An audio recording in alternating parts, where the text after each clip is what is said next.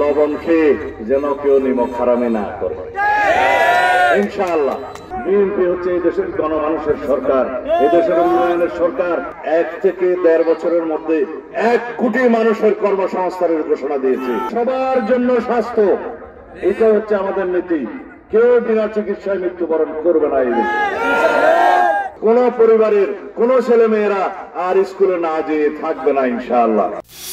BNP প্রতিশ্রুতি দেয়, প্রতিশ্রুতি রক্ষা করে, মানুষের উন্নয়ন করে, দেশের উন্নয়ন করে, দেশের স্বাধীনতা, সার্বভৌমত্ব, গণতন্ত্রকে বারে বারে রক্ষা করে ইনশাআল্লাহ। বিএনপি এদেশের গণমানুষের দল।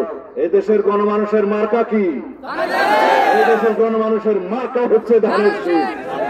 গণতন্ত্রের মার্কা হচ্ছে ধানের শীষ। উন্নয়নের মার্কা হচ্ছে ধানের শীষ। দেশনেত্রী বেগম খালেদা জিয়ার মার্কা ধানের শীষ। শহীদ জিয়ার মার্কা ধানের শীষ। আমাদের নেতা জনাব তারেক রহমানের মার্কা হচ্ছে ধানের শীষ। ইনশাআল্লাহ আগামীতে ধানের শীষের বিজয় হবে আপনাদের সমর্থনে। ধানের শীষের বিজয় হলে এই দেশে বিএনপি সরকার প্রতিষ্ঠিত হবে। বিএনপি হচ্ছে এই দেশের গণমানুষের সরকার, এই দেশের উন্নয়নের সরকার, শান্তি সমৃদ্ধির সরকার।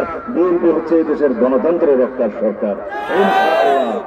বিএনপির সম্মানিত ভারপ্রাপ্ত চেয়ারম্যান আমাদের নেতা জনাব তারেক রহমান বিভিন্ন কর্মসূচির ঘোষণা দিয়েছেন। তার মধ্যে একটি হচ্ছে আমরা সকল কৃষকের জন্য একটি কৃষি কার্ড প্রদান করব ইনশাআল্লাহ। সেই কার্ড যার হাতে থাকবে, সেই কার্ডের মধ্য দিয়ে তারা কৃষি ঋণ পাবে। তাদের কৃষির সমস্ত উপকরণ, সার, বীজ সহ সকল উপকরণ ন্যায্য মূল্যে তারা পাবে। আমরা বলেছি স্বাস্থ্য কার্ড প্রদান করা হবে।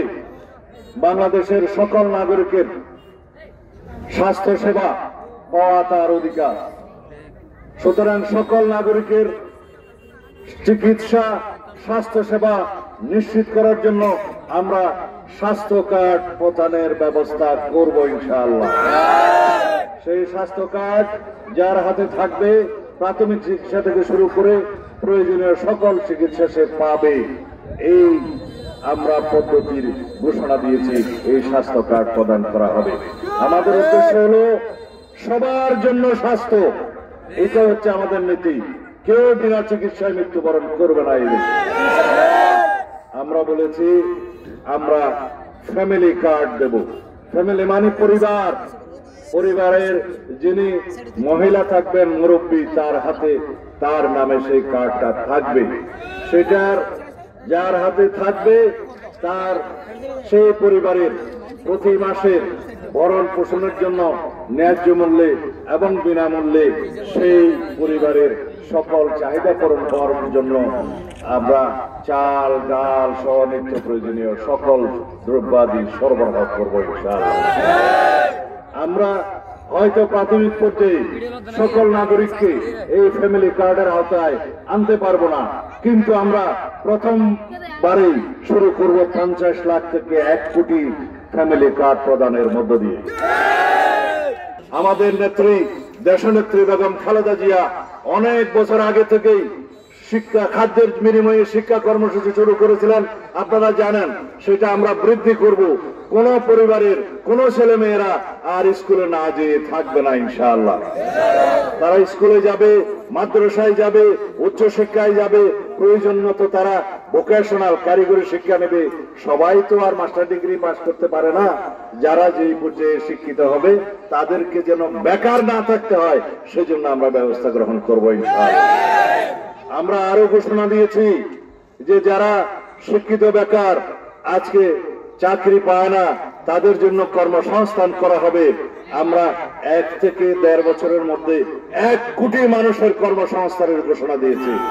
কর্মসংস্থান হলে তার নিজের অর্থনৈতিক সমৃদ্ধি হবে এবং তার পরিবারের সমস্ত সেবা, স্বাস্থ্য সেবা, শিক্ষা সেবা সহ সমস্ত সেবা তারা নিজেরাই গ্রহণ করতে পারবে।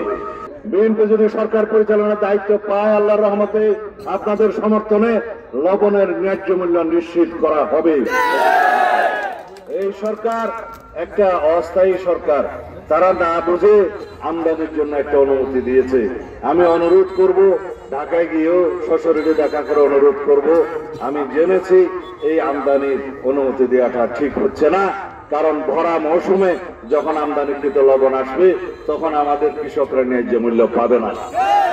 সমগ্র বাংলাদেশকে এই এলাকার লবণটা দিয়েই চলতে হয়। সুতরাং আমাদের লবণ খেয়ে যেন কেউ নিমক হারামি না করে, ইনশাআল্লাহ। খবরের কাগজ, নিখাত, নির্ভীক, নিরপেক্ষ।